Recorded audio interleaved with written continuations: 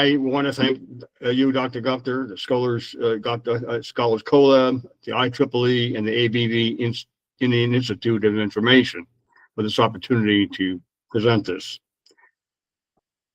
My topic tonight is going to be authentic human identity, what it is and how we know it, how we can know it, and so forth. I came across this topic about 3 years ago, working with John Voris and Authentic Systems, my various devices. But it was propitious because I had just finished my book, and it's published, called Managing Complexity Through Social Intelligence. And I talked about the social philosophy underpinning societies and so forth, especially Western liberal democracies. And I had at the very last page a mirror, and I said, it's really all up to you. You're looking into the mirror, and we call it, the formal name is mirror gazing. And I kept looking at, okay, you got to know thyself and all these other things. It's all about values and on and on and on. And okay, well, that's good. You can meditate, look at your navel and everything else, but on and on. And then along comes this authentic systems. I started looking at it and researching it, and I said, yeah, you got to know thyself. And the case is made that these personality tests and the values clarification programs really don't work. And there's two fundamental reasons they don't work. First of all, they're not tests to begin with. A test is kind of like a yes, it's a correct answer or not answer, and these things really are not. But the part of it is that they are self-reports. I'll give you an example, like a values clarification test. You're in a situation where you can save a whole building of individuals or shove somebody in front of a oncoming train. What would you do? Well, I don't know. What would you do in a war? I know I've never been in one. You have no way of knowing whether or not the person's assertions really are what they're about. In other words, you're going to find out what they've done. And you go back into, them by their deeds kind of thing and so forth. There are issues with that. But overall, you look at what the person's done. That's how you really find out. The main thing is if you're going to ask who they are and their values and everything else, you got to know you have to have philosophy, axiology. So I realized that, my God, look at this authentic systems and these two things right there. Of course, that's what's lacking in all these things. I'm quite familiar with that values clarification programs. You see these things in philosophy and everything else, and it doesn't really dawn on you really till you start. Wait a minute, what about these things? They talk about axiology and values, but they're not really there. Well, I'll get into this into the presentation. So I realized that there's something to this thing. And so I started researching and pulling more and more information out. And Boris graduated from Berkeley, and he had studied phenomenology. And he knows more about phenomenology than I know I've met any of my colleagues at all. Who's the whole bunch of these. And admittedly, I am very weak in that field. I may have read part of it, one of the phenomenological works, because I'm a logician. And I just kind of shoved it aside. Oh, that doesn't really say anything. One of my dear psychologist friend of mine is into phenomenology, and she and I discussed this for hours and everything. It's very much into this thing. And so, okay, well, it's obviously a lacuna in my background. And I more and more got into this thing. I realized that phenomenology really is a scientific method. And I'll get to this in the presentation. But I realized, my God, there's something really missing here. And so, okay, well, on and on and on. And more I got into this thing, I realized, oh my God, we really got to start looking at this in detail. So that's what we're going to be dealing with. We're going to be dealing with, we'll go over the system. I see it as a paradigm case. It's something that, let's put this way, in metaphysics, we bootstrap. We don't know the absolutes and everything else, but we start with something that seems to work. And that's what mathematicians and logicians do. They start with premises, they start with axioms and stuff like this. And all of our knowledge basically is bootstrapping. And I won't get too far off the track here, but that's what it is. And we look at this thing, and this is a good, solid bootstrap. So I'm going to start with a presentation. I do want to give thanks to my Melissa Wells, a friend and colleague of mine. She's a professional presenter, and she helped with these slides. And without her help, I'd be totally lost more than I am right now. So what I'm going to do is I'm going to bring the presentation up, and I do the press, I have to see this upload to the share screen, and I'll show the entire screen. And so you'll see what I'm doing, and I'll bring up the PowerPoint presentation. We'll go through it. So I'm going to do the share screen, and I'm going to select the window screen. I'm going to do the entire screen, and there it is. Let me know if you can see this thing. Allow it. All right. Now, can you all see my screen? Yes, we can see your screen, sir. Great. All right. Great. All right. So I'm going to get this thing here.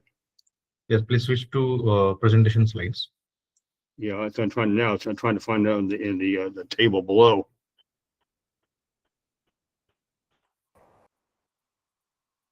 Throw that away. All right. Now I'm trying to find out. Okay, there it is right there.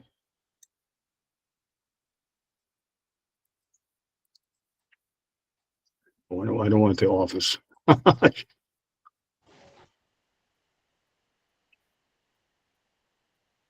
It's a very, very slow computer.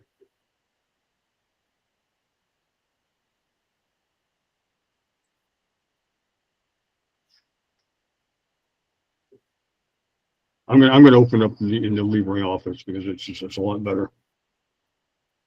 Open with. I'm a Linux fan. Have a confession, folks. There it is. See how simple it is. Linux takes a lot less memory. It's faster, and okay, that's my propaganda. All right, slideshow. I'm going to start from the first slide. So can everybody see this? Yes, it's pretty much visible. Great. Okay, you can see this. Excellent. All right. So what is authentic identity? A human identity. And I didn't put the word human in there because animals got identity too. I mean, you know, that's controversial. It's animal consciousness. But anyway, we're going to talk about a human identity. I think I'm a human. So anyway, we're going to look at the contents here. How do I get rid of this thing? What is it? Why it matters, symptoms, and so forth. This is basically the description in the webinar. So this is the list. Now there are 52 slides in this thing, and I have a tendency to over prepare. And everybody will be getting a copy of this if they'd like. All you can do is just email me at mindsurgeon, take it down at Hotmail, send me an email or go through a Scholars Collab or wherever you can find it. But so you'll see this in detail, and of course, you correspond with me of any of the details. I'd be more than happy to correspond with you, and we'll do projects and everything else. This is just the whole idea of Scholars Collab. And what is required to find it, the philosophy of it, the material foundation of it, psychology, and I touch on that a little bit, but we'll do that again in its context. Methods of inquiry, a paradigm for the authentic systems. I won't go into that in some detail because this is the bootstrap. I think is a real viable bootstrap. Future challenges and stuff like this, and conclusions. Now, whether I'm an expert in authentic systems, I know enough about it, certainly could talk about it, but we'll get to that in a minute. Now, what is it, and why is it critical? All right, authentic identity centers around these kinds of questions. Who are we?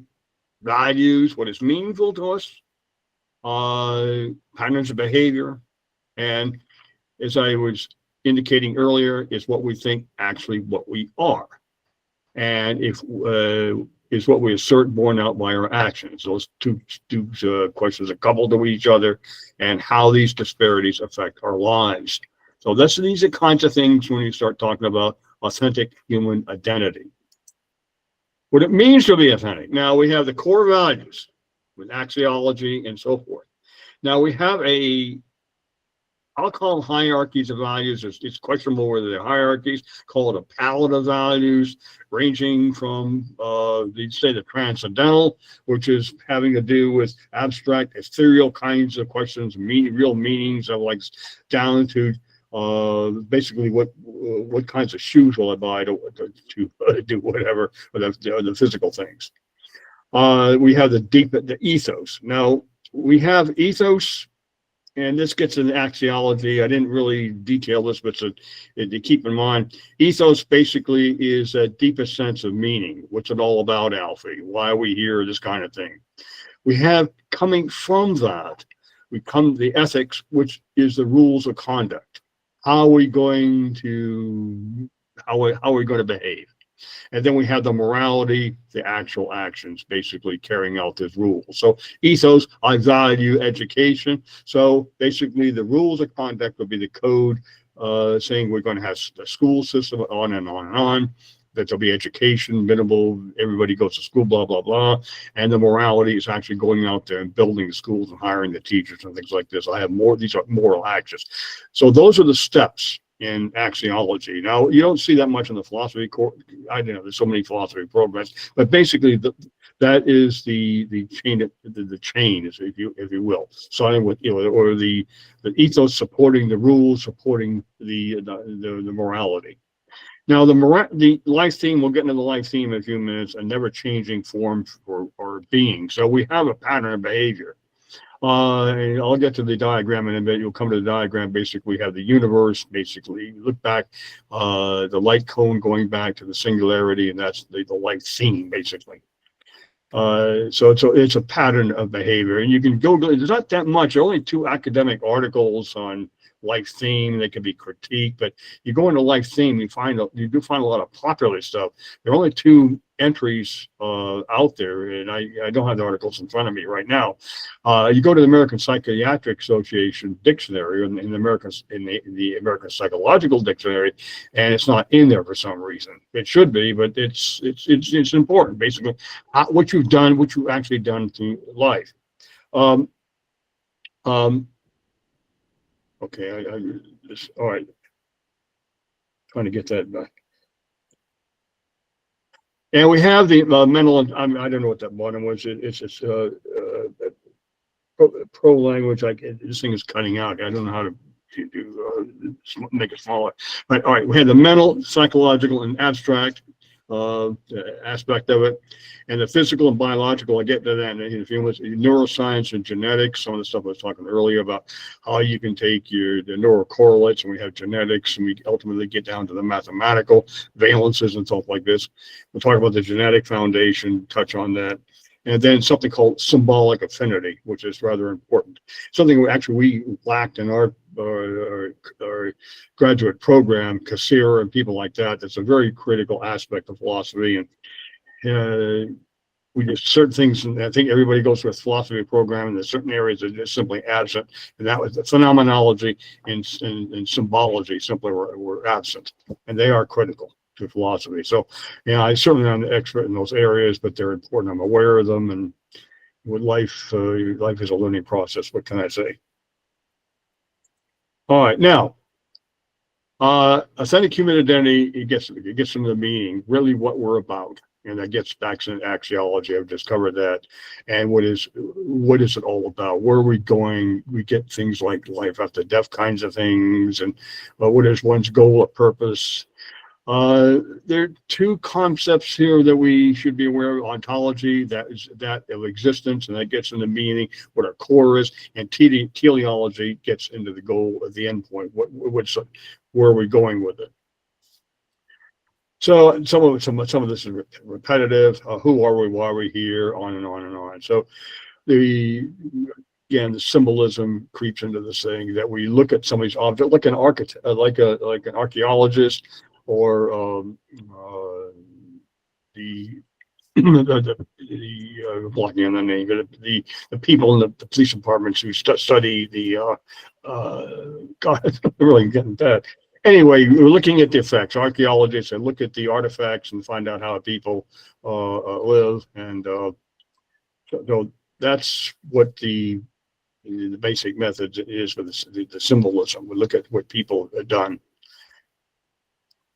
Forensics, thank you. Okay, forensics. So the forensic scientists will look at what the crime scene, and they'll be able to look at the modus operandi, and on and on and on. So those are 2 examples of what we're talking about, where symbolism plays a part in finding out what a person's all about.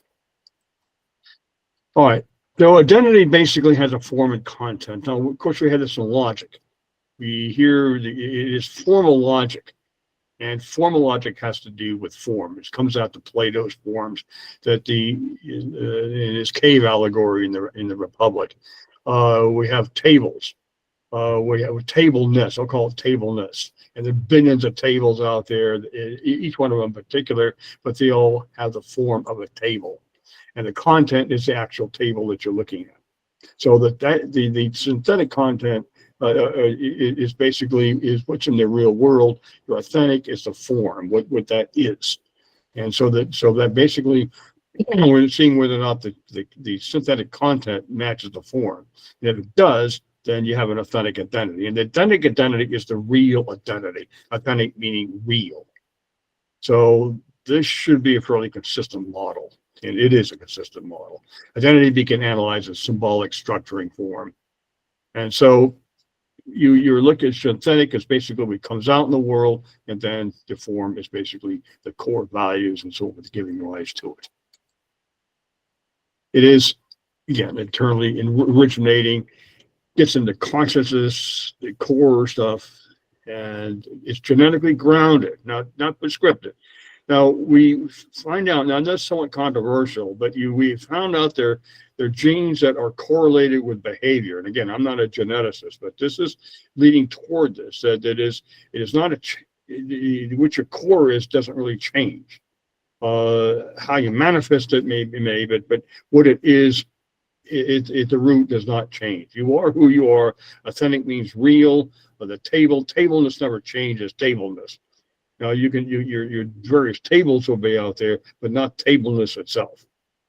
And it is pre-linguistic, it's immaterial. It has the same ontological status as consciousness and life, I would say. If we talk about ontology, existing. And it's architectural, archetypal, from Jung, Carl Jung, for example. We'll get to that in a second. And it creates possibilities. There's a expression that used to be the case the Army had: be all you can, that you can be, but your potential. You cannot be all you want to be. I want to be a flying green elephant, so I'm going to go to the top of the Empire State Building and jump out, and because I want to do that, and I'll fly. But that will not work too well. So we have to we're bound by our core, but that core will generate possibilities. So if you are, and I know people, you people who got the capability and they'll do something else for whatever reason, and your potential just is never revealed at all. So this is where we're going with your core versus what really emerges from it. And so what happens, the individuated structural pattern will be your life theme. We'll get into that. And basically it basically tells what direction you're going. And that basically is a constraint on meaning, value, and identity. And the synthetic, as I said, is out in the world. It's externally acquired. You interact with the culture, social, and stuff like this. And it's, as the rest of this says, it is what this says: historically and culturally contingent, symbolic, represented, encoded in a language, narrative, and practice, malleable and adaptable rather than fixed. So again, it's the tableness, getting back to the tables. There are billions of tables, and they're all malleable and adaptive, but they all come from the form table. And they feel that these are the manifestations of the possibility being actualized. And so this is how it gives us the material for which a meaning, valuation, identity are enacted. In a sense, that's what the synthetic content is. And so it's logical then, if these don't match, there are going to be problems. You're not going to be authentic. You're going to be an imposter. In fact, in the legal profession, it has something called, a guy named Gerardo who wrote this thing called imposter syndrome. And basically you're faking it in essence. And a lot of these law school people, they're dropouts, and they get into this thing. I knew one when I was at University of Florida. And she got into this thing, very bright kid, she gets into this thing, passed the LSAT with flying colors, and she had 4.0 at the university, and on and on. She gets into this thing, and about a year later, she said, forget it. And fortunately, she dropped out. So basically, I guess you have these, I think somebody told her that she should be a lawyer. You have these cases. My father tried to tell me I should be an oceanographer, and I don't really like beaches, I like the ocean's kind of neat to go to, but I'm surely not going to be an oceanographer. And he's kind of like that. And you find a lot of these families where these parents try to fit their kids into these molds. They're just not there. Their core doesn't even match it. And so you have this disjunct of what your core is, and then the synthetic in the world. This is where the real problems really begin. And so you try to deal with this cognitively, and it's going to collapse. And then you fragment your identities all the time. Melissa put this diagram up here. I like it. You have this, the head, the upright head, the profile of who you really are, and you have this thing behind it, and you forget it still. They don't match. So this is the beginning of your disordered, And it's interesting when you take a look at the Diagnostic and Statistical Manual, mental disorders. Now that's undergoing revision. They may even get rid of, certainly undergoing major revisions. But the fact that they use disordered, and you get back into Socrates, and I have this quote in some of my papers and talking about it comes from Gorgias, in Plato's Gorgias, and he talks about order and its arrangement. And you can take a look at the diagram on the left. It's not arranged very well. So this is disordered. So it all fits. All these, what we're doing, we're actually beginning to use a consistent language in describing all this. It's hopefully the concepts coming through. And so if you have the alignment, there you are. You have the synthetic informed, so you're basically where it's supposed to be. You have the one head fits into the side of the other pretty well. And it's coherent and logical too. So you're very low friction and on and on and on. So this is the conceptual development of the human identity. So it's not a property of content, but it's not only the relationship of the content and the form, but where the form, the content matches the form. It like that gray area would be the water filling the cup. And so there it is. So, and the adaptive well-being emerges from the repeated instantiation of the authentic form. They're aligned. I think the key word here is aligned, lived experiences. So if your lived experiences match your core, then you have an authentic. And then it's like that biblical expression, know them by their deeds, and then there you are. So an order and identity, I get back into the I didn't put the DSM in here, but it's there as part of it. And order, the arrangement, prediction, that the arrangement comes from Socrates himself in the Mathematicians. Talk about order. Pardon, sorry to interrupt you in between. We have Professor Julian with us also. So if you allow me to introduce him, and we can start with him. After that, we can continue with the presentation. So as per we have planned, can we go ahead with that? Yeah, go ahead. Sure. All right. If you, so I would like to invite Lakshay to introduce Professor Julian with us, and would seek the permission of Dr. Horne and Dr. Julian to go ahead with the introduction and discussing about the topic which we have planned. Okay. All right.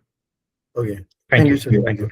Sure. So today, okay. So sir, today I have the honor of introducing Professor Julian, who is a distinguished Polish philosopher and also a political theorist, whose work has made philosophy and international relations, which has made the very significant contribution in that. Also, the Professor Julian's scholarship, Professor Julian bridges classical philosophical traditions with the contemporary global challenges. His research explores themes such as political realism, ethical foundations of the politics, and civilization development. His work encourages us to reflect deeply on the political philosophical principles that shape our political systems and international relationships. We are truly honored to have this opportunity to engage with the ideas of such an accomplished scholar. With that, it is my privilege to welcome Professor Vladimir Julian Korab. Thank you, sir. Thank you so much for the invitation. My family name is Korab Karpowicz. I have very long names Włodzimierz Julian Korab-Karpowicz. In my publications, I usually use W. Julian. This way my name is more universal. W. Julian Korab-Karpowicz. And if you allow me to have 5 minutes, Yeah. so I can say something at the beginning. Can I have 5 minutes? Definitely, sir. Okay, by me. Definitely, sir. And, Yes, and then I can start. I would like very much to thank Professor Horne and Dr. Gupta for the invitation. If you allow me to have 5 minutes, because you see, the language which we use, the language itself creates reality. We need to understand, maybe you are aware about this, but the language which we use, which means every word which we are expressing, people are not mostly aware that even coarse words create reality. We need to be language conscious. Therefore, in a sense, someone who is a philosopher represents a universe. Why? Because he uses specific language. And of course, Professor Horne is a philosopher and he has his own universe, which he creates, and he conveys this universe to us. But because I am also a philosopher, I have my own universe, and I would like that you understand a little bit of this aspect. I understand that you are primary scientists, that I deal primarily with scientists. I have noticed that Dr. Gupta is head of electronic engineering team. You don't know everything about myself. I started as electronic engineer. My first degree is master's in electronic engineering. Only later, I decided to go into field of philosophy. This is how I decided, because each person should, in a sense, in life, do the things in which one feels he can contribute most to society. So I could contribute as an electronic engineer, but I decided that maybe I could contribute more in philosophy. And because I am dealing with scientists rather with philosophers, therefore I would like to explain certain basics. First of all, philosophy today is largely misunderstood, which means most people don't understand what philosophy is. And in a sense, during the last 100 years, philosophy has declined. It was the influence of positivism, especially of Wittgenstein and his school. In a sense, philosophy was degraded because of positivism, but also because of Marxism, because Marxism has introduced a strong ideological element to philosophy. So this is why philosophy has, in a sense, declined. So today we all believe in science. We don't pay much attention to philosophy. So let me clarify the difference. Now, philosophy is also science, but it is a holistic science, which means the difference between sciences and philosophy is that philosophy is a holistic knowledge of the whole reality. So a proper philosopher should be able to see the whole reality in a holistic way. Now, from a scientific point of view, we have tendency to reduction.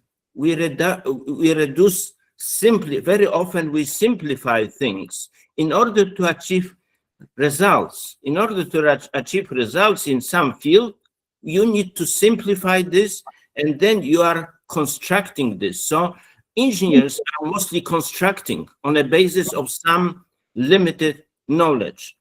For philosophy, it is not construction which is most important, but discovery and understanding.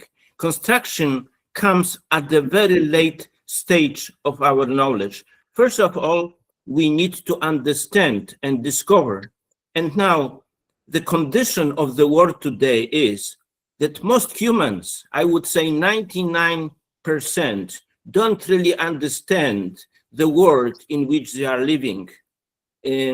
Our condition today is a condition of a lack of understanding. Of course, we have great technological achievements, but look at the world situation today. On the one hand, we have great achievements. On the other hand, we are almost at the edge of destruction, which means we are on a completely false track. How it is possible that with this knowledge, with such great scientific achievements, we are actually also are an endangered species? So this means there is a real problem. There is a real problem which is actually related to our question, because we are asking today about authentic human identity. What is human identity? I would say that, first of all, identity is related to the question, how do we understand ourselves? Firstly, how do we understand ourselves? And the second question is who we really are, because we may understand ourselves, but we may not really understand who we really are. So we can, in short, human identity is related to our awareness.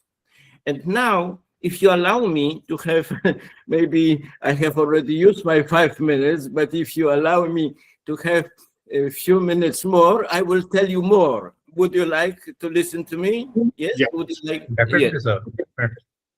Okay. So because I see many people from India in my company, welcome to India.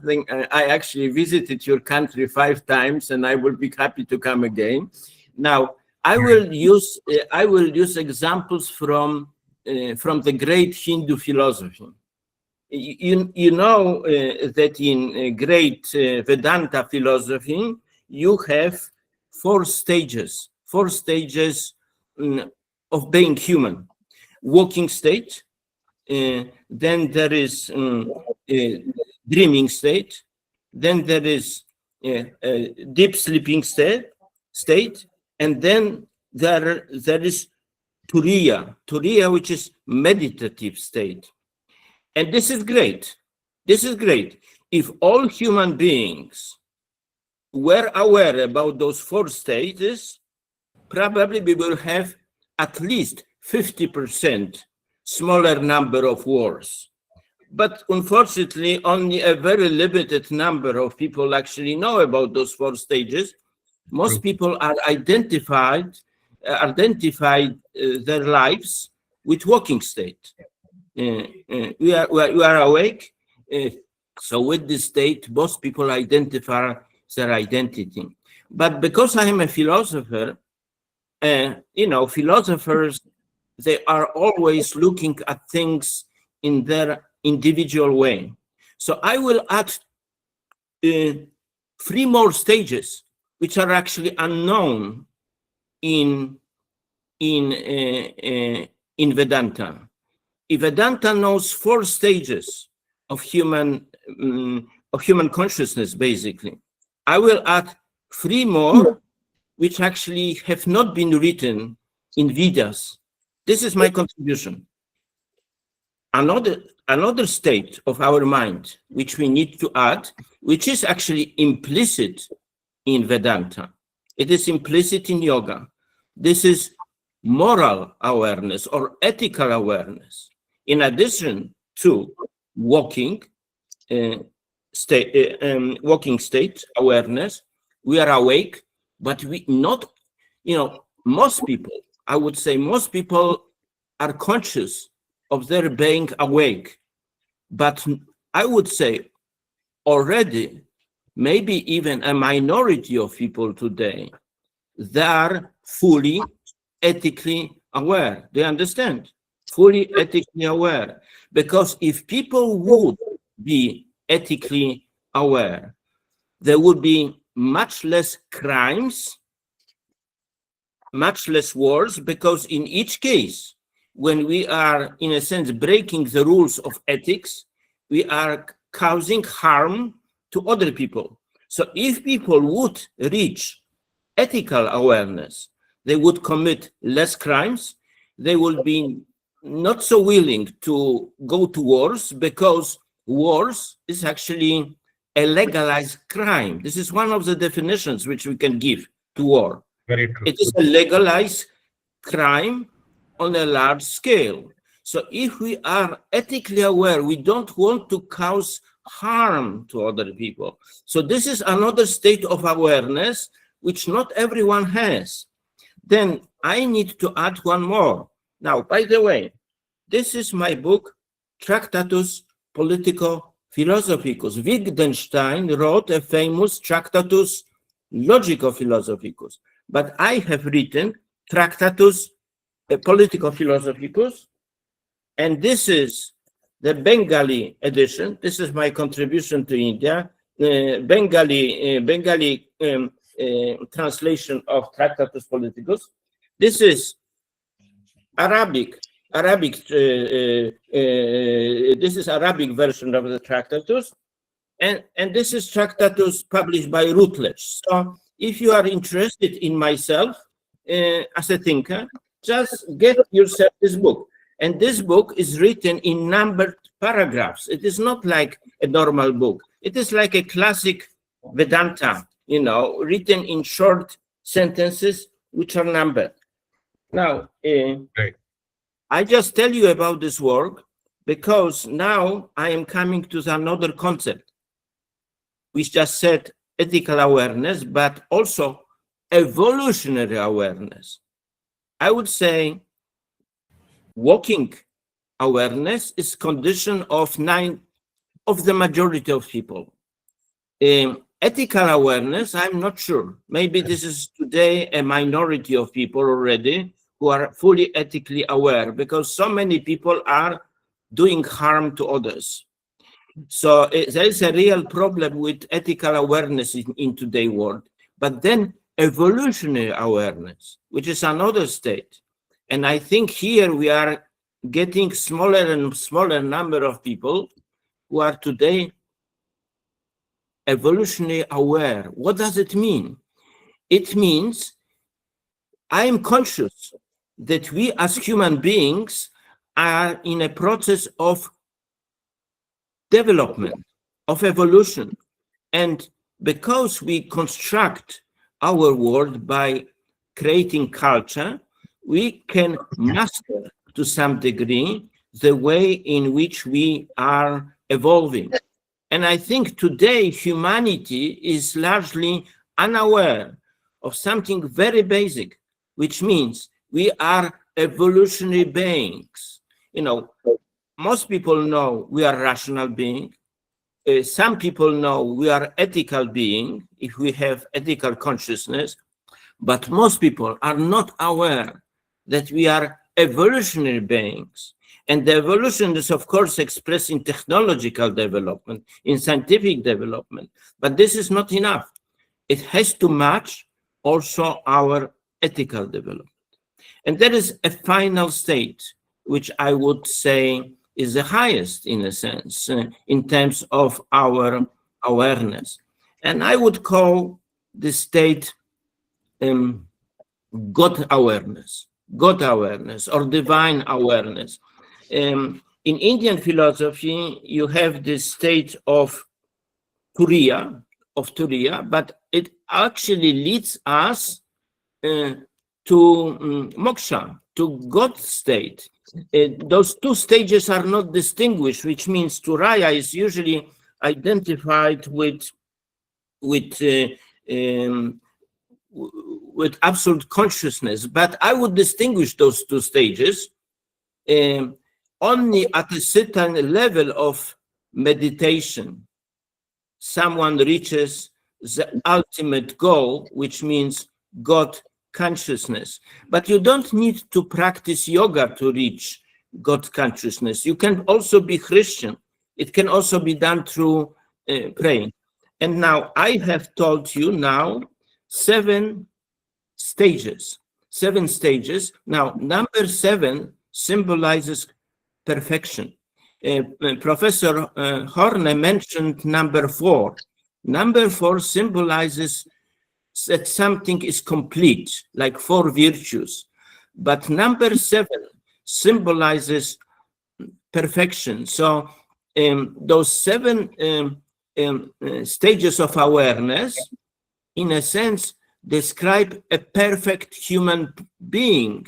So when we speak about authentic human identity, we can say only a person who is fully aware at all seven stages, from walking state to God consciousness, is a fully authentic human being.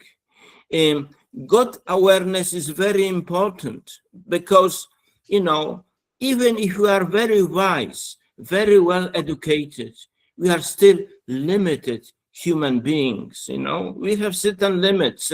Our intelligence is limited. Our technology is limited. So we need to be connected with higher reality. You may not understand this reality. It is almost impossible to know fully something what is limitless. But we, as limited human beings, we need to be connected to something which is limitless. Do you understand now? So I think this is what I want to say, as an introduction. I don't want to take more time, unless you want, but I'm open to questions, discussion, and so on. My response, of course, is yes. I think, and this is going to be for future things, and I think definitely it'll be in the near future. You and I can do a lot more in this regard. And I would argue this also. The two things let me say in response. One, you talk about the reductionism and then the holism, and I think I'm going to get back to Aristotle on this, that unity of opposites. That the problem has been is that you have this extreme reductionism, and you get down, of course, into the materialist ideologies and stuff like this. And we don't even know what those are. But see what materialism is. I would argue, and I call it an Abbott problem from the flatland. And we can't see something by itself. Reductionism is in terms of the holism, and the holism is in terms of the reductionism, and both together constitute the reality. And so again, getting back, and I would argue that would be Aristotle's substratum. And I don't have the passage in front of me, but I think he does kind of make that argument. And so taking from Heraclitus that we've missed the holism. Now, getting back to the transcendentalism, I would argue also that there's a lot of scientific evidence emerging. We don't know. I've talked with David Chalmers about this years ago on this, about what consciousness is and everything else. But we're getting into these, we can kind of get woo-woo here, but I don't think it is. We're getting into these field theories of consciousness. I have my old friend Menos Kafatos. He talks about the conscious universe. And I would argue, I kind of give a model that each of us, think of a big bubbling soup. And each of us are bubbles in the soup. We come up for a while, we are here, and then we go back down to the soup, and we come back up, each with an individual consciousness, but that is part of the universal consciousness. And I'll argue, and this is what it's really all about, Alfie, when you talk about the transcendentalism, the transcendental stuff, I think that's the whole point, is living that awareness. And that this is what gets into the evolutionary human beings. And presumably, as we come up out of that soup, if you look at this pictorially, as we rise up out of that soup, we rise organically up into that development, and we finally get to the top of the soup. And this is where I guess where the Eastern philosophies come in, that we have that meditation and so forth. I wrote some articles on controlled death, and we meditate, and you do the tone bell and stuff like this, and you do the om and on and on and on. But what happens, you merge back into the universal consciousness. So this gets into I think this is what it's all about, Alfie. We really want to talk about meaning. I think this really is certainly from my perspective, this is what it's about. That basically we have that. That's why I talk about the palette of values and everything else. And you get sharers, hierarchy values and everything else. We get Maslow. Of course, he never talked in terms of a pyramid or anything else, but you have his scale of values. He never talked about pyramids, but people do it that way. But it's like the DIKW pyramid, the data, information, knowledge, and wisdom. And at the top of these pyramids, you find this transcendental, this I would call it the universal consciousness. And so this is what we certainly lack in the West. We don't have anything resembling like what you and I are talking about. But this is what the human development is. The organic, the evolutionary development is that we supposedly as a species as well, Homo sapiens sapiens, is that we basically organically develop in this way to become, I hate to use a word, but lack of anything better, at one with the universal consciousness. And that's what the God consciousness is all about. That basically that there's something beyond this, that we are part of that universe, and this is the universal consciousness. I think this is where I'm going with this thing, in terms of values and everything else. Because we have over there, they haven't. I don't think any of these people have even approached anything like this. But this is the kind of conversation that we're having right now that I think we need more of. Now, the authentic human identity, yeah, it develops individuals at least turning around, just at least asking the question, "Who am I?" I don't think we're even there with that, let alone transcend. That's of course, I in my papers, I talk about these, I call them hierarchies of values, and I get that in there. And are these individuals predisposed to, let's take the bootstrap with one of the four categories, one of the four classical virtues. That's what authentic systems is based on, the four classical virtues. Now, even UNESCO, I'll get into that in a few minutes, and you'll see UNESCO even picks up on this. But at least it's a starting point, where we get people involved in knowing who they are, because we haven't even gotten there yet. But you're absolutely right. But what you're presenting, which is absolutely, and I went through your social harmony, you're absolutely 100% correct in all this. And basically, this is what I think what you provide is that necessary social framework for all of this. And I don't think this discussion certainly is not mainstream that I know of. Maybe it is, and I've missed it. But this kind of a discussion that we're having right now is not there. And you're right, and you hit up on something earlier, and that's what I wrote about in my book by Managing Complexity. I was looking at your book the other day, and I said, well, who in the hell wrote that? Did you write it or I write it? So you and I are reading exactly the same words almost. They're almost the same words that I use. Is that we're at a tipping point right now. If we don't start dealing with this right now, we're simply not going to be here. I know I'm talking alarmist, but I'm reading stuff. My background's in international relations from Johns Hopkins, and I get in. All I know is that, and I know Morgenthau. That was our Bible in our international relations classes down there in Washington, up there in Washington, and that realist stuff, and that's just destructive. I read the whole thing about Locke, and you're absolutely right about Locke and everything else. That whole back to that state of nature stuff, and so this is where we're at right now. And if we don't grab a hold of ourselves and find out who we are, we're simply not going to be here. I know it's alarmist, but I think right now I think that the fires are burning. We need to ring some bells around here, and we better ring them fast, because we're not going to be here. It's just stark as that.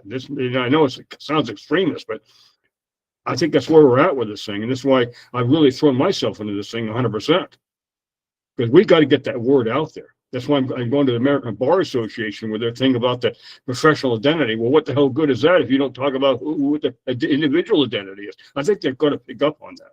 They're going to see, yeah, I think we better talk about this. No, talk about, but deal with it. So, I mean, each one of us right here, I think, is taking a step toward this thing.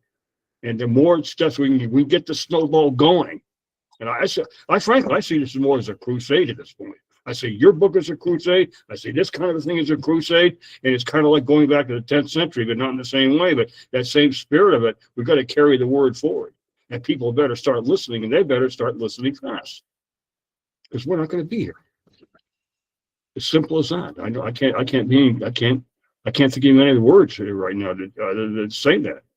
I think we've got to continue this thing. I think, well, I'll finish this presentation. We'll have some questions, but I think that we need to get something set up on Scholars Cola, maybe as a regular thing. Maybe every couple of weeks or so, we come back to this thing. We have a forum or whatever we want to call it. We can all get this thing going on this thing and have this thing come up over and again. And more people we get evaluated with this thing, the better. but they've got to start knowing who they are.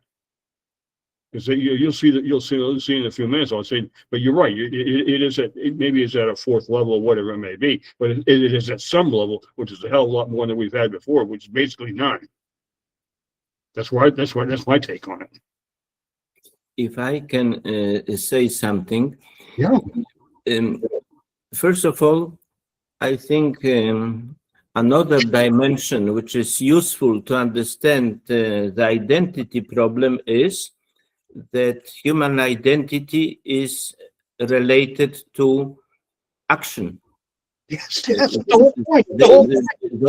The way we understand ourselves, it leads us to certain actions. Like I am a person who is involved in philosophy, but at the same time, I pay attention to what is going on in the world. And for example, recently, this book is not yet published. I have written a book. The title is Political Realism. And also you will find my article. There is an article which is Political Realism in International Relations. It is published by Stanford Encyclopedia of Philosophy. So you can see I have quite wide interest, because on the one hand I speak about Vedanta and about levels of awareness in Vedanta. On the other hand, I am writing an article which is, it has now almost 500 citations. So this article is quite well known. It is one of the sources for realism in international relations. So you can also read this. Although when you read this, you will see a completely different face. I almost don't look like myself, because I am, in a sense, addressing a completely different topic, which is very practical, related to relations between countries. But you see, again, I spoke about philosophy. What is philosophy? Philosophy is a holistic knowledge. Therefore, someone who is, for example, a political philosopher can actually address different issues. And for 20 years, I was associated with departments of international relations. So I have acquired knowledge of international relation theory. And this is why I have written this article. Now, but an article written by a philosopher is slightly different from an article written by a political scientist. Amen on that one. because a philosopher goes deeper, for example, by asking questions about who are we? What is our nature? How does it relate to how we organize our international relations? And if I can give an example, look at today's United States, and there is President Donald Trump. He is now considering to attack Iran.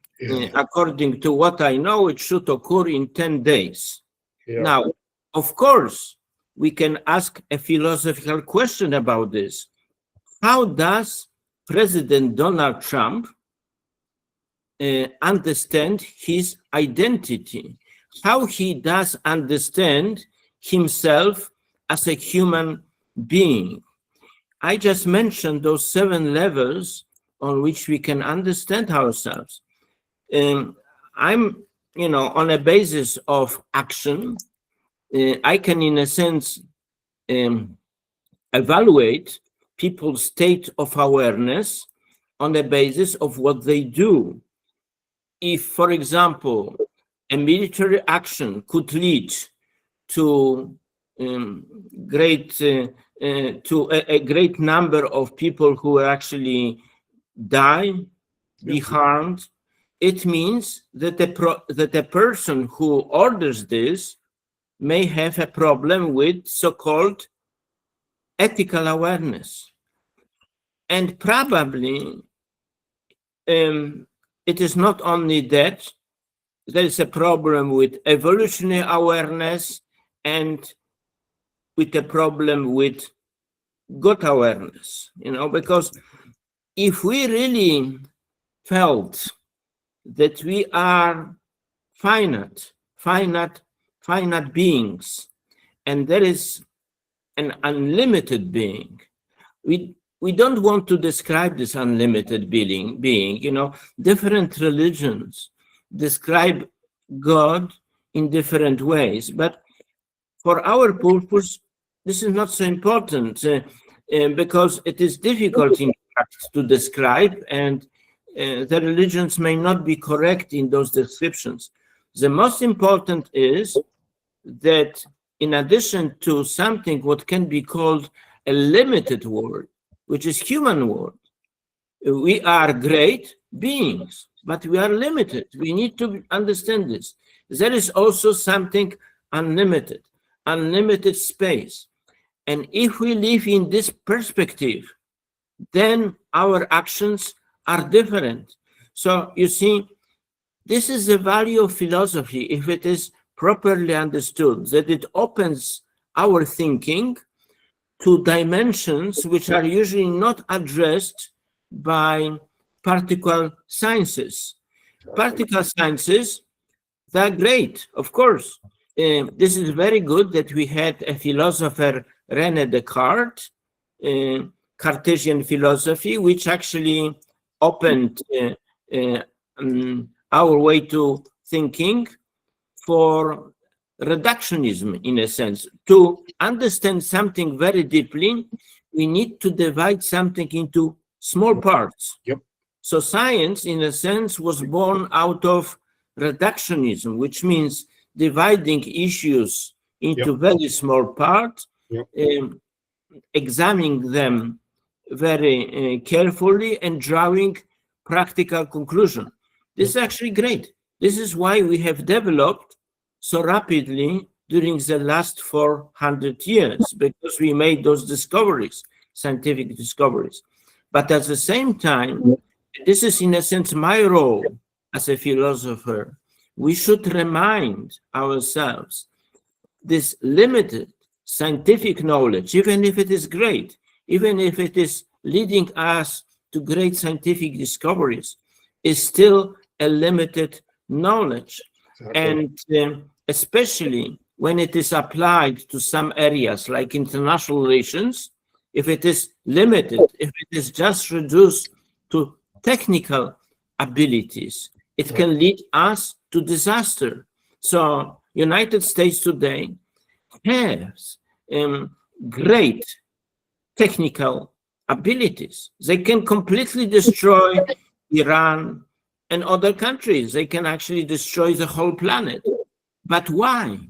But why to do this? This is a question asked from a holistic perspective. Is this really human purpose to destroy ourselves? And I would say no, because I developed the concept of evolutionary awareness.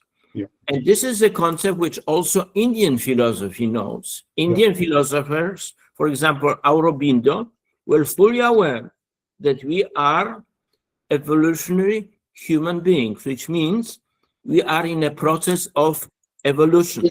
Sometimes this process of evolution is represented in Hindu philosophy in those 4 basic ages, Kali Yuga, Satyug. Sometimes it is represented like this. So in a sense, philosophy of India is a little bit pessimistic.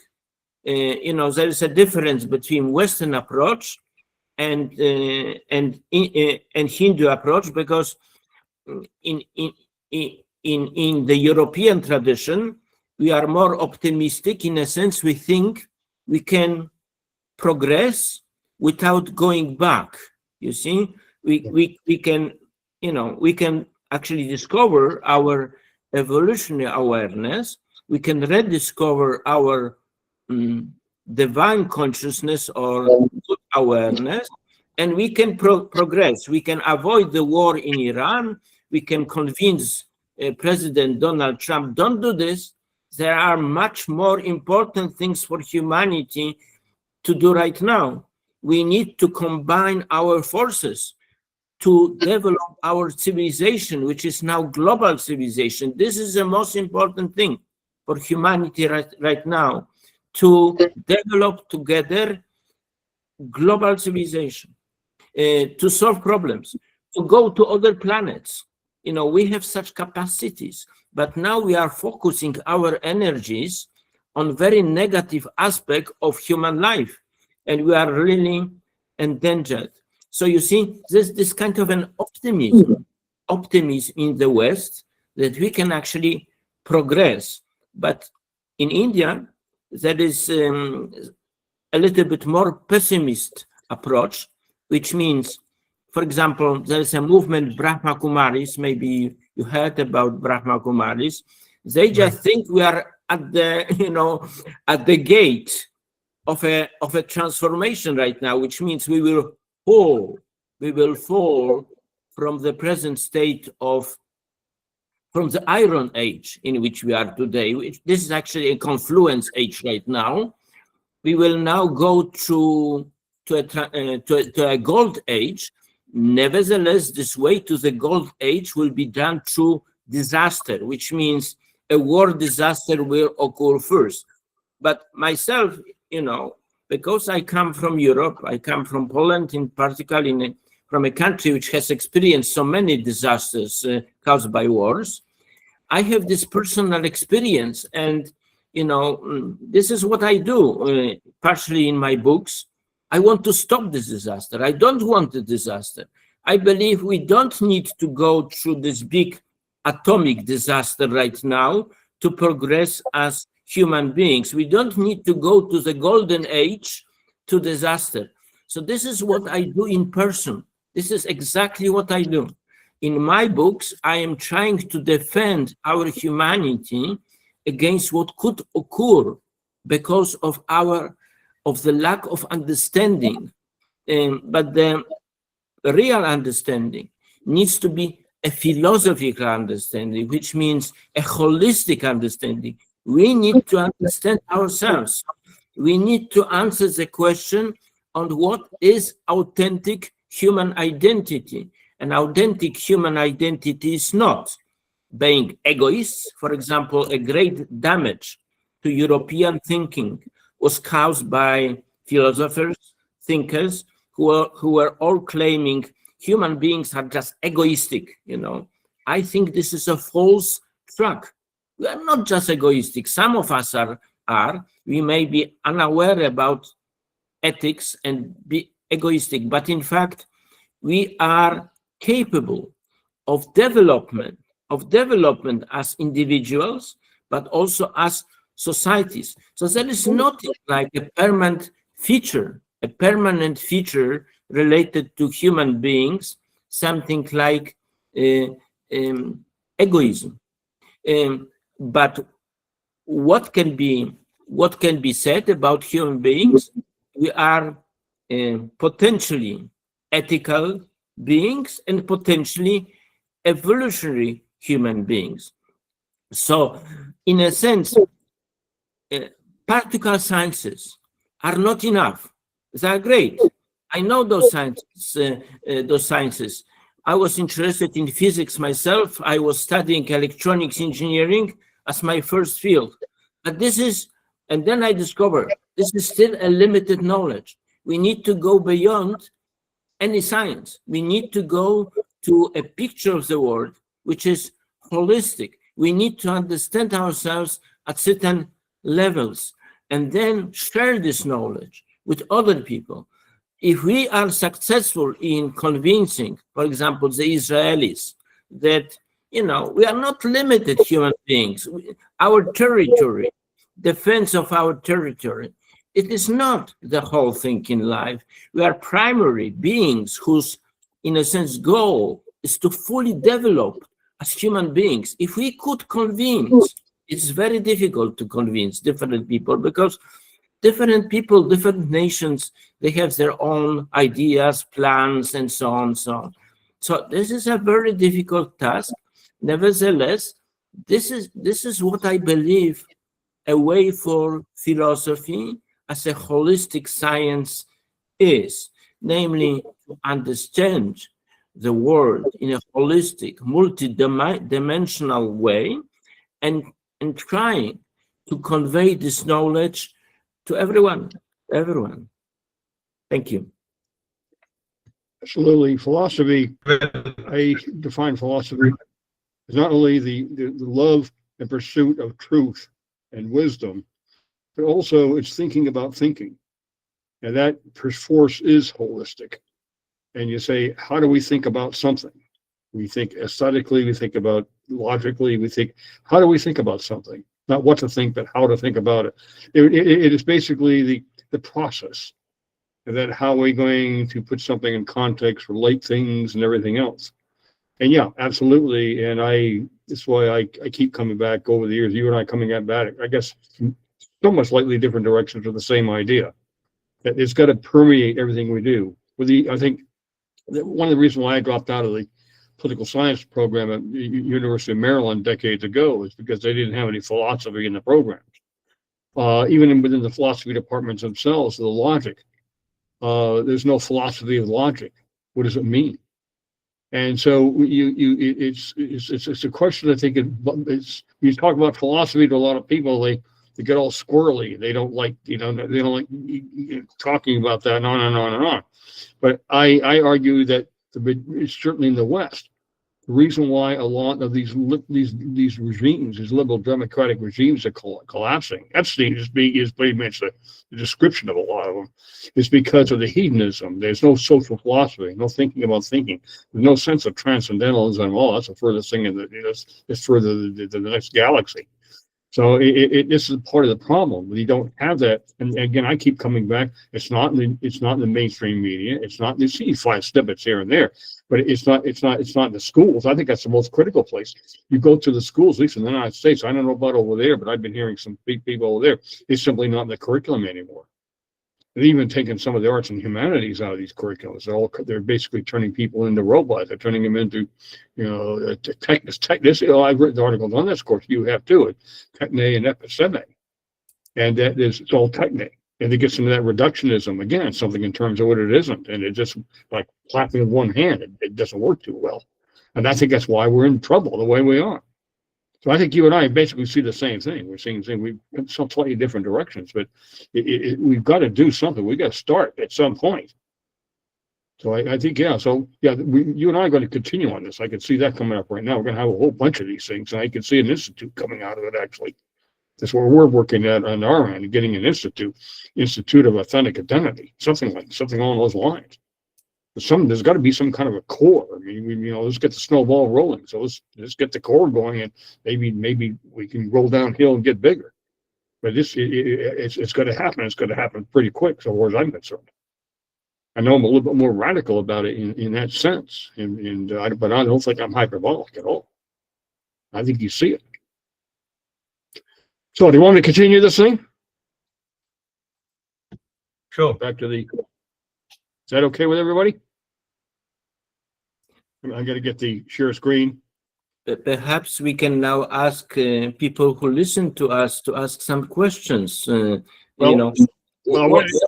was trying to convince you, just to repeat my main point, that we need to add a holistic dimension to particle sciences.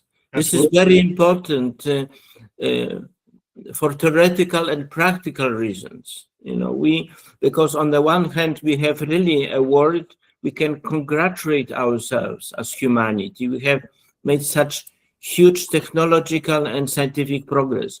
On the other hand, when we listen to everyday news, we can be scared.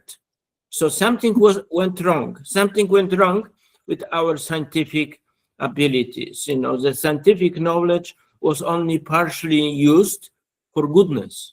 So if we made this mistake, then we need to reflect on ourselves. And I believe the solution to this problem is to understand the scientific knowledge is a limited knowledge, is great knowledge, but limited.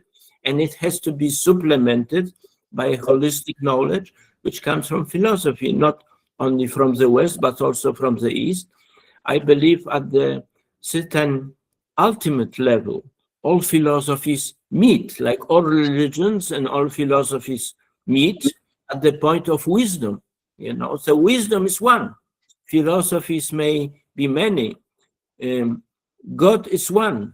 Religions are many. We as limited human beings, we are very often divided by our particle worldviews. But in fact, there is on the final level, on the ultimate level, everything is one. There is one absolute, and the knowledge which is related to absolute, which can be called wisdom, is one. It can have different faces. We of course, we are not yet at the stage to fully reach wisdom. This is why in Greek times, philosophy was called love of wisdom, which means we want to go there. We want to go in this direction. And I think in today's world, we have largely forgotten about this goal which is actually seeking for wisdom and seeking for absolute knowledge, for holistic knowledge, which will, in a sense, help us to solve also particle world problems. So I think we should rediscover this, what was known early, and try to implement this to today's world. So this is basically my message. But I think maybe now some people can ask us some questions. Maybe this would be useful. We have Dr. Palmer right now. Probably she's having something to discuss. Dr. Palmer. I didn't hear you. What was that? We have Dr. Palmer. She has raised the query. Probably she is having something to discuss. Okay. All right. Yeah. Okay. Did you want me to finish this? I mean, I could summarize it very briefly, and then we can kind of go from there. Because what would you like to do? Please do summarize. Okay, well, let me go through this real fast, get this thing up here. And what I'll do is that I'm going to, at the very end of it, I'm going to have a contact so I can send the whole thing. I'm not going to go through all of these, but I just want to get some of the major points of what these are. So when they see them, they'll know what they're looking at and they can get a copy of this thing. That might be the most efficient way of doing this so we can have a real forum on this. But let me get to the essential points of this thing. And I'm going to do this right now, and then we can open this whole thing up. I did want to complete this, and we'll get to this right. Okay. When the hell was this thing? Hold it.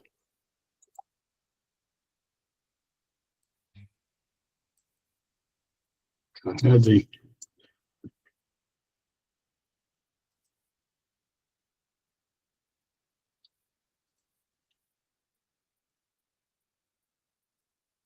Okay, can everybody see this? I'm going to get this.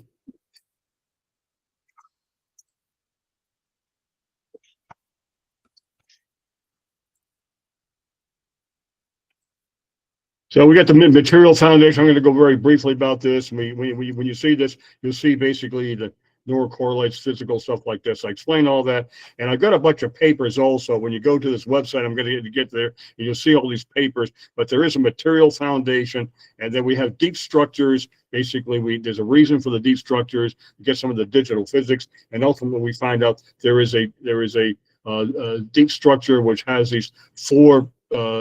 This number 4 keeps popping up through history with all these things. For the Sartre's, the worlds of possibilities. But the main thing we get into is the 4 virtues of Aristotle and the Greeks.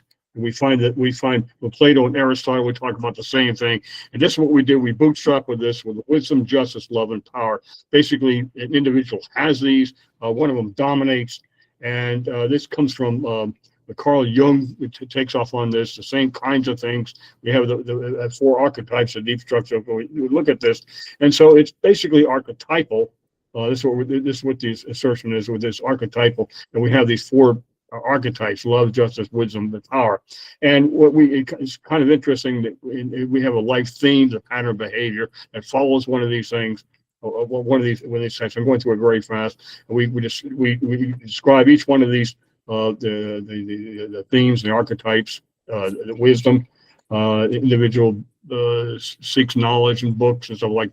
UNESCO seems to have this also. It seems to follow this foursome here. And so we use that as a bootstrap. Basically, we start from that saying an individual is one of these basic four types. And what happens is that this is what the UNESCO says about it, and it ultimately winds up with a life theme. I was referring to this earlier about the universe having a history and so forth. That's basically what a life theme is. It's a pattern. This is how the universe is developed. Look behind, and that's your history of development. So what is one required? We talked about philosophy is required. We just had a discussion on that, and it's phenomenology and reductionism. One in terms of the other. One exists because of the other, and you have that called singularity. That's a reality. It's backed by scientific methods, symbology, and so forth. And it unifies the scientific methods of philosophy. It's basically what the foundation of this thing is. And so we have the method. We have reductionistic, holistic systems theory, and symbology. And that holism, a lot of this is founded on phenomenology, the holistic approach. And you go through Husserl and Heidegger, all these people. You'll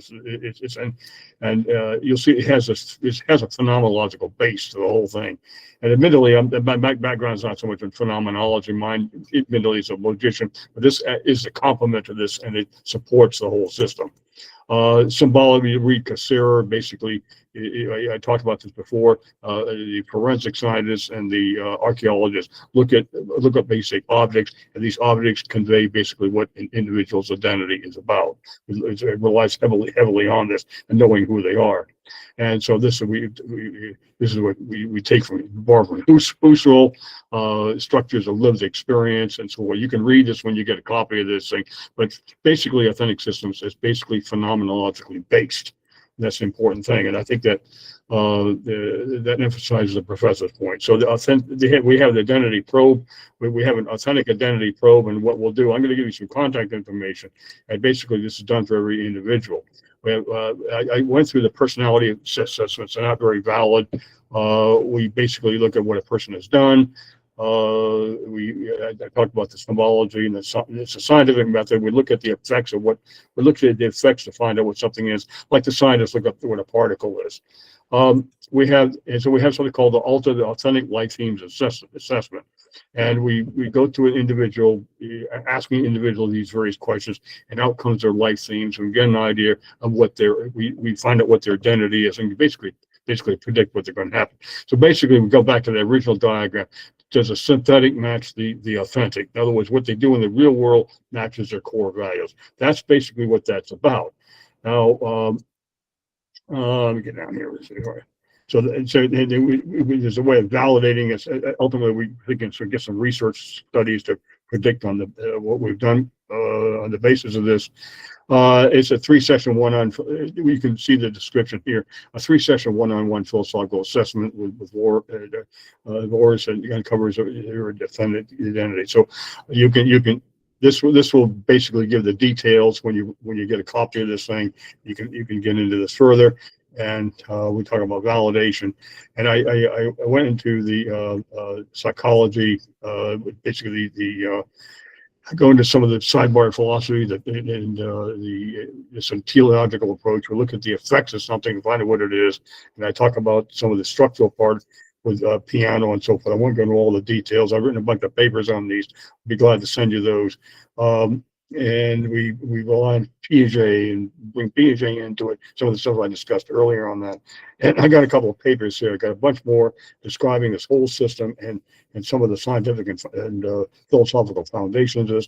We talk about the artificial intelligence. Basically, we look at artificial intelligence and the Turing test.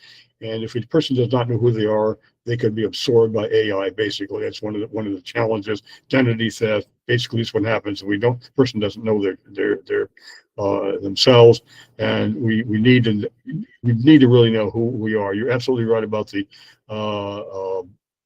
evolution. Basically, we're not in that we're developing our full potential. We're coming to our full potential. We're born with potential. You've got to evolve to achieve that whole, to come to maturity, evolve to that maturity. And maybe the whole species as a whole hundreds of years maybe evolving. We can bring that into the equation, but that's still the sideboard for this media discussion. And so this philosophy department offers the ways of thinking about these four categories, and there they are. So that's basically what we're doing here. We're living in a deeply structured world, basically. Our struggle is with its authenticity, and it's basically it's physically and abstractly, reductively and holistically, one in terms of the other. It requires a philosophical underpinning, and there's a life theme that emerges that basically describes what we really are. And it basically, we face challenges with it. So here's what, I'm going to come to the last one here, because I know we're going to, and this is for more information. We go there, and this is, you'll see in the paper, I'm going to give you, write this down, is Mind Surgeon, and it just as it sounds, Mind Surgeon right here. Send me an email. I'd be more than happy to make it. I'm not sure if this will be put on Scholars Collab. If it's there, great. If not, I'll be more than happy to send you the copy. Just Mind Surgeon, it's the only one out there. Hotmail. Email me. I'll be more than happy to measure this thing, and we can correspond and go from there. But I think I see this as the beginning of a whole series of these things. And I would imagine, hopefully, we get in the next few weeks a little section of Scholars Collab that deals with authentic human identity and its various aspects. So I really appreciate this, and thank you everybody for the opportunity to give this presentation. I know it's getting late in various parts of the world, and so I think the point has been made. And I'll turn it back to you folks, and we'll go from there. All right, that was a great sharing of the expertise Okay, all right. with us. And I really appreciate your time given to this presentation and this talk with Professor Julian and with the Professor Horne. I have a doubt. This is apart. This is not related to this conversation. I have a question from Professor Julian. So you have, I have heard various people about talking about Indian philosophy, Vedanta and all, but I haven't heard anyone talking about Satyug Kalyug. So the detail about the Indian philosophy, what makes you to read these things, and what was the source of information for you? That this is just for my personal query. You're asking me, or are you asking Julian? I'm asking from Professor Julian. Okay. I mentioned to you about the nature of philosophy.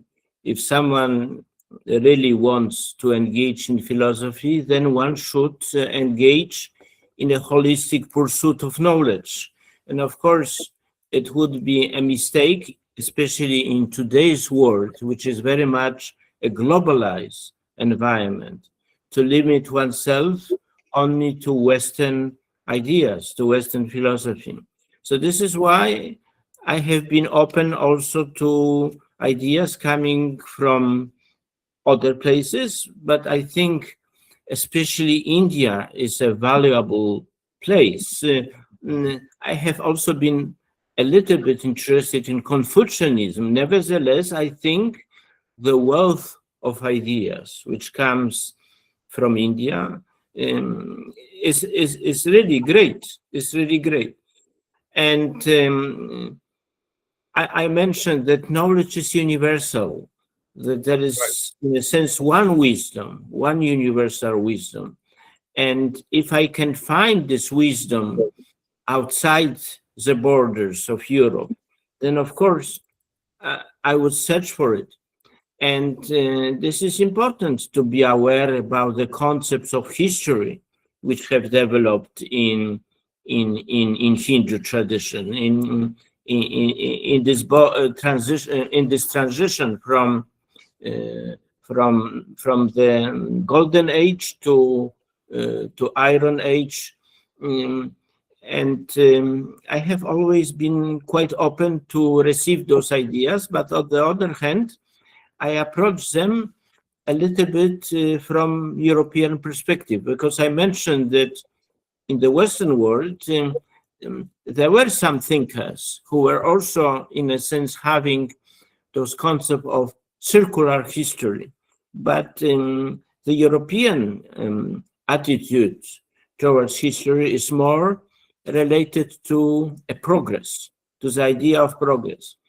And because, in a sense, I try to develop in myself ethical awareness, I don't want to see any mass suffering of people which is caused by conflicts. We already have a lot of it.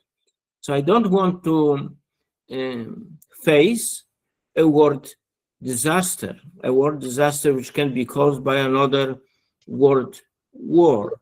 This is why, in a sense, I try to show, as a philosopher, a way to progress to the golden age in an Indian sense, but without going through the to the phase of a destruction. You know, we are capable to making progress, because what is actually a golden age? A golden age is primarily related to our state of consciousness. And I mentioned, you know, this is a philosophical concept which I have given to you today, that we can look at human consciousness, at human awareness, at 7 levels. And only when we are developing in ourselves those 7 levels of awareness, we can say we have reached at what can be described as authentic human identity. You know, to be a rational egoist, you know, this is very often what Western political science today does. They just see us people as ethical, not ethical, rational egoists.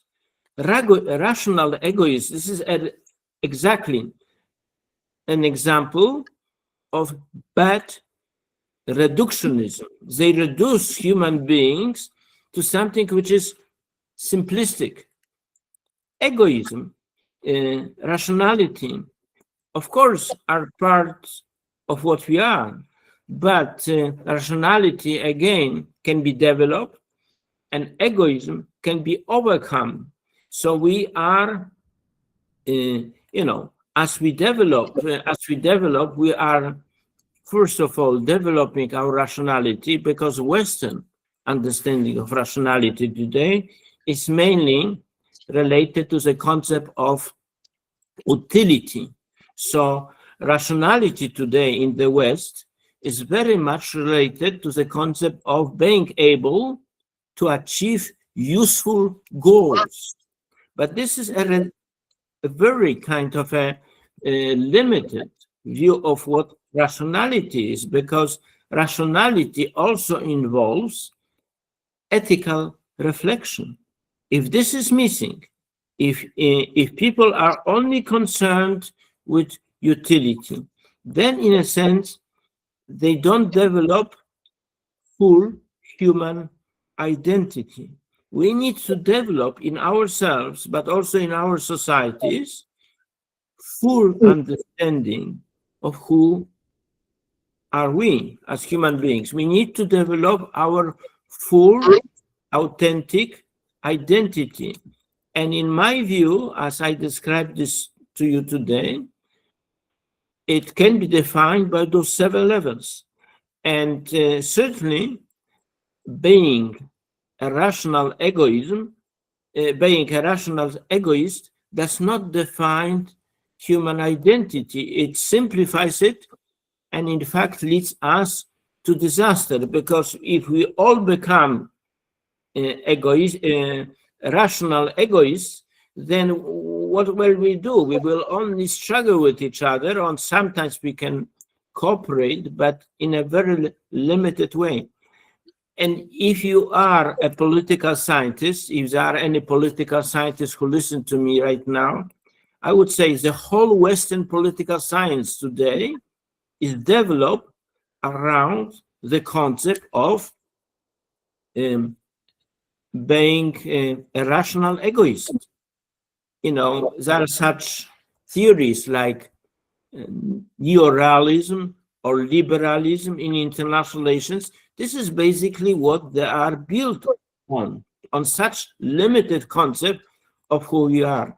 So you see, this shows how far humanity today is still from the golden age, because golden age is related to the understanding that we are not just egoistic and rational human beings, that we have many dimensions, and those dimensions together, in a sense, complete human beings, perfect us in our human nature, and out of this perfection of ourselves, we have the perfect world, because again,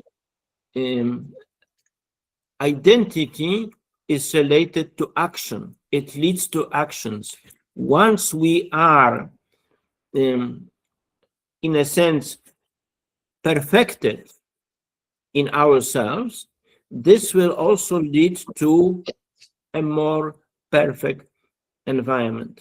So I think, and this is what we can say, we can be very grateful to Indian philosophy, to Hindu traditions, because of course, in Indian philosophy, there is great emphasis on consciousness, of being conscious at different levels.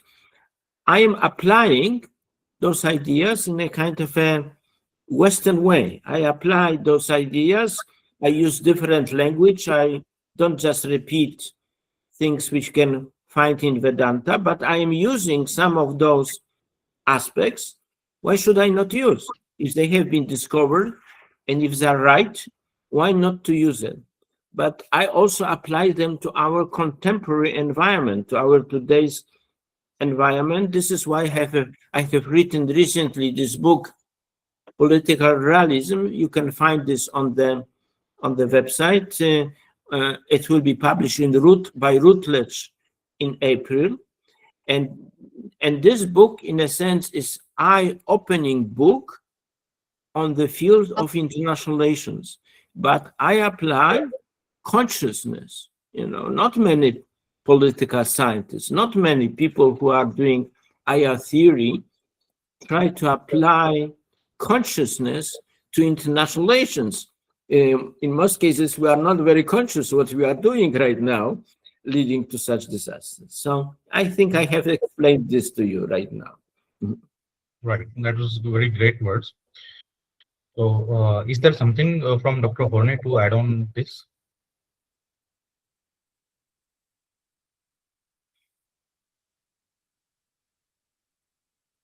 Dr. Horne, do you have something to add on to this? I think you're right. I'm looking at the categories, and I'm somewhat familiar with this. I think they all fit into a person's. If a question I have, and I think it's for exploration, don't have any answers. I think first of all, it's essential to evaluate where one is.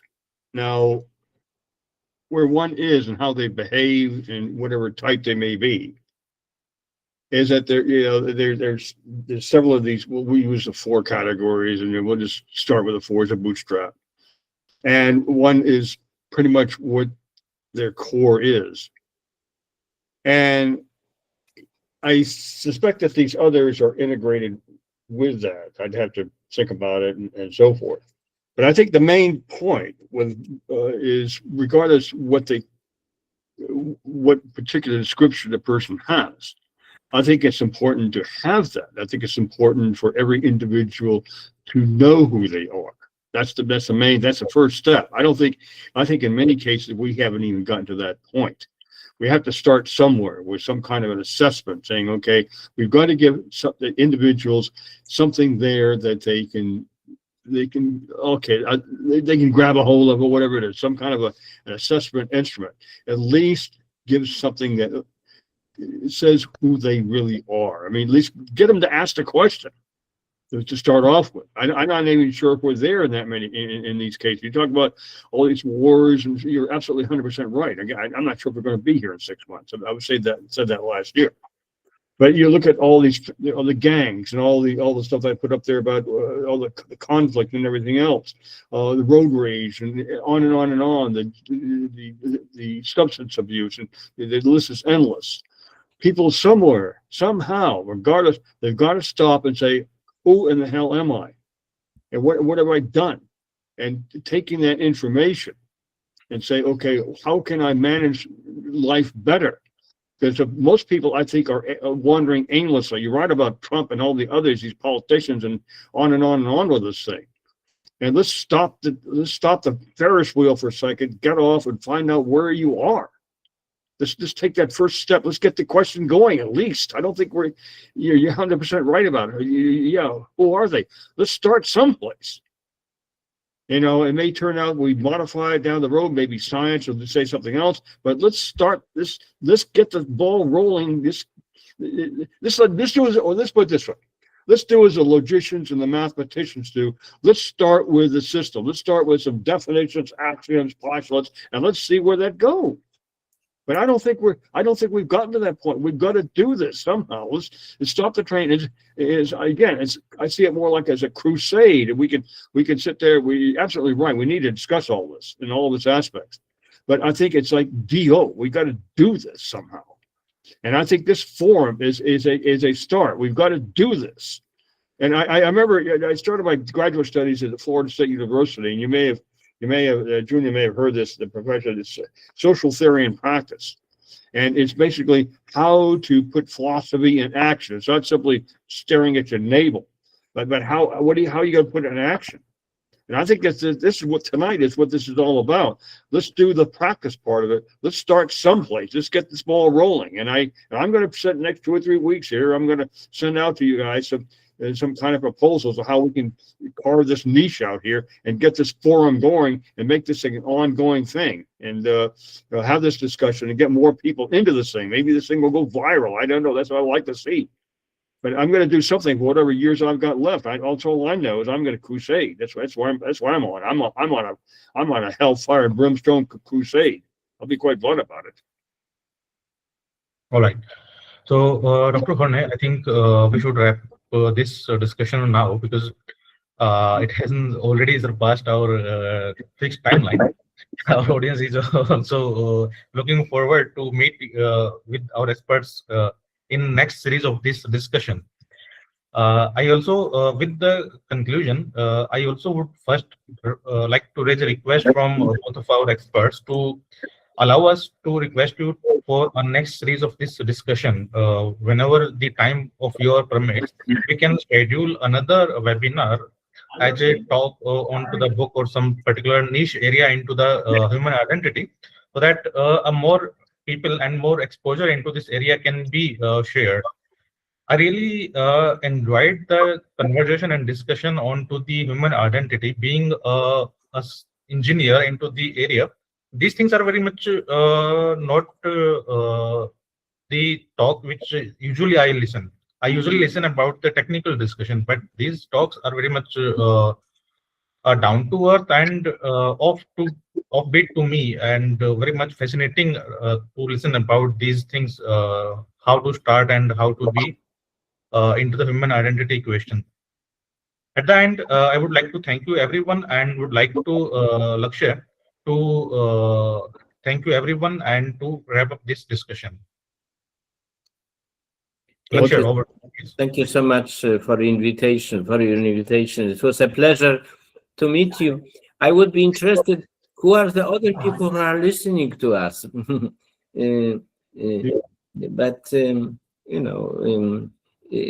But I personally thank you very much for the chance to speak to you. Equal Thank you. elementary from this direction as well. I really appreciate this, and let's make this a beginning. Thank you. Thank you. Lakshay, please. Okay, so with this we can conclude that human identification is just like, who am I? And I would like to thank all the speakers and the audience for attending and attending such an insightful webinar. And thank you, Dr. Jeremy Horne, and thank you, Dr. So Professor Julian for sharing such an insightful session with us. Thank you. And we are looking forward for next series of webinar as well, where you would be sharing. Where hopefully you would be sharing another insightful session. And yes, Thank you. Thank you, everyone. And thank you once again, Dr. Horne and Professor Julian, for your precious time and sparing your this knowledge to our audience and to us especially. I am very much glad and I'm having a gratitude to your time. Thank you. Thank you very much once again. Thank you. Thank you, sir. All right. Good night. Bye-bye. Night. Night. Bye. Thank you. Thank you, everyone. All right. I'll hang up.